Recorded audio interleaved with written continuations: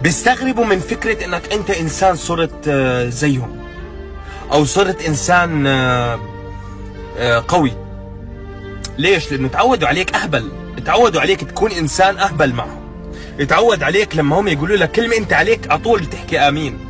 ما تعودوا عليك يحكوا انت تحكي لهم لا، او ترفض لهم طلب. عيب، ما بجوز. لا، اذا انا دخلت معك بحياتك وبحياتي ودخلنا انا وياك سوا بطيبه، هذا لا يعني ان انا انسان اهبل. اذا انت ضحكت علي بموقف موقفين، هذا لا يعني ان انا انسان لسه بدي فت خبز في الحياه.